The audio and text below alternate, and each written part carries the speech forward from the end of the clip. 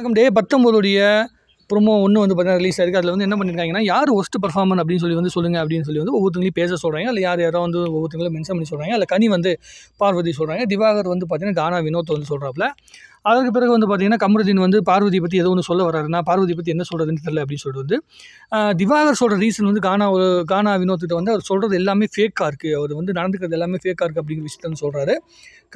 கமருதீன் ஏதோ சொல்ல வரும்போது கடுப்பாயிட்டு வந்து திவாகர் ஏதோ ஒரு விஷயத்துல வந்து சொல்ல வர்றாரு. நீ எப்படி அப்படி சொல்லலாம் அப்படிங்கிற மாதிரி வந்து சொல்ல வர்றாரு.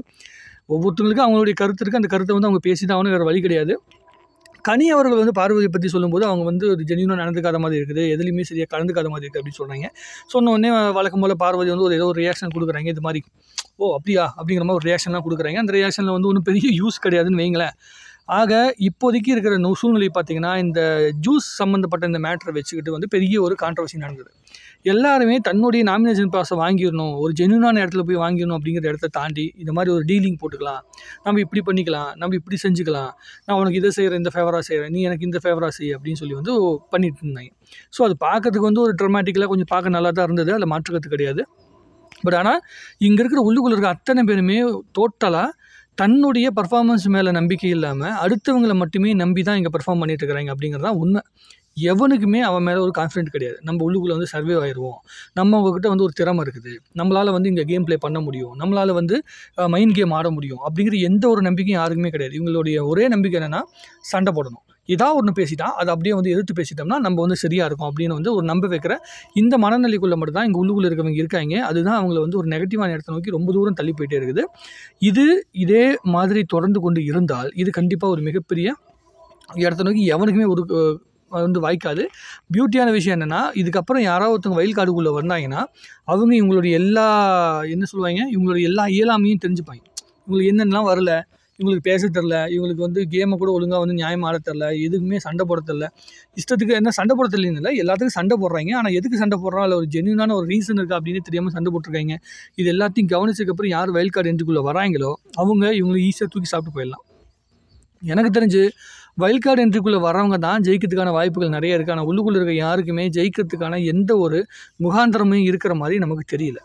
இவங்களுக்குள்ளே எந்த ஒரு ஆட்கள்கிட்டையுமே ஒற்றுமை கிடையாது. ஒற்றுமை இருக்கிறதா இவங்களே நம்பிக்கிட்டு இருக்கிறாங்க. யாரை நம்பிக்கிட்டு இருக்காங்களோ அவங்களே முதுகில் குத்திக்கிட்டு இருக்காங்க. அதாவது சபையிலே இப்போ பார்வதிக்கு வந்து ஒரு ஸ்டாண்ட் எடுக்கிறாங்க அப்படின்னா சுபிக்ஷா வந்து கண்டிப்பாக பார்வதிக்கு வந்து மறுபடியும் சப்போர்ட் பண்ணுவாங்களா அப்படின்னு தெரியல.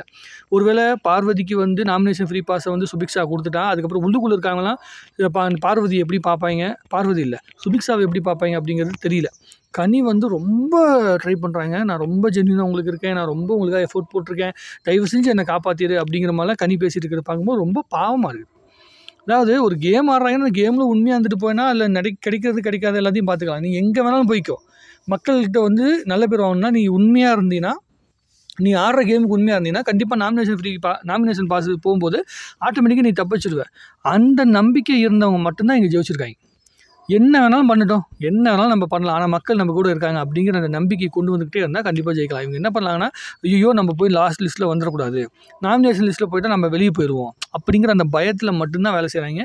பார்வதிக்கு அது ரொம்ப இருக்குது. பார்வதி நாமினேஷன் லிஸ்ட்டே வந்தால் கூட நான் மக்கள் இருக்காங்க என் கூட, நான் ஜெயிச்சிருவேங்கிற அந்த கான்ஃபிடென்ட்டை வந்து ஏதாவது வகையில் வந்து பண்ணணும். ஆனால் பார்வதிக்கு கண்டிப்பாக அந்த நம்பிக்கை கிடையாது. ஏன்னா அவங்களுடைய லூஸ் டாக் விடுறது மக்கள் ரசிக்கவே மாட்டாங்க அப்படிங்கிறது தெரியும். ஏற்கனவே ஒரு ப்ரோக்ராமில் இருந்துட்டு வந்திருக்காங்க, அதில் ஏற்கனவே துரத்து விட்டாங்க.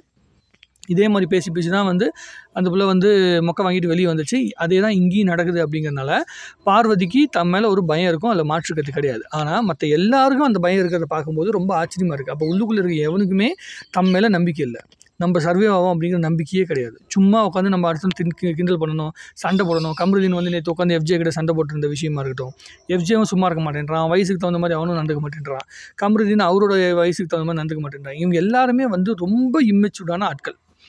எப்படி பிக் பாஸ் இப்படிப்பட்ட இம்மெச்சூர்டான ஒரு சென்சிபிளே இல்லாத ஆட்கள் உள்ளுக்குள்ளே எடுத்து வச்சுருக்காங்க அப்படிங்கிறது நமக்கு புரியவே இல்லை.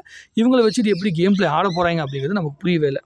பார்க்கலாம் இன்றைக்கி இவங்க அந்த யார் ஒஸ்ட் பர்ஃபார்மர்னு சொல்லி முடிச்சதுக்கப்புறம் என்னென்ன மாதிரி அடிச்சுக்க போகிறாங்க, அடுத்து என்ன கேம் ப்ளே பண்ண போகிறாங்க, நாளைக்கு இவங்க என்ன போய் வந்து விஜய் சேதுபதிட்டு வாங்க போகிறாங்க அப்படிங்கிறத பொறுத்து பார்க்கலாம்.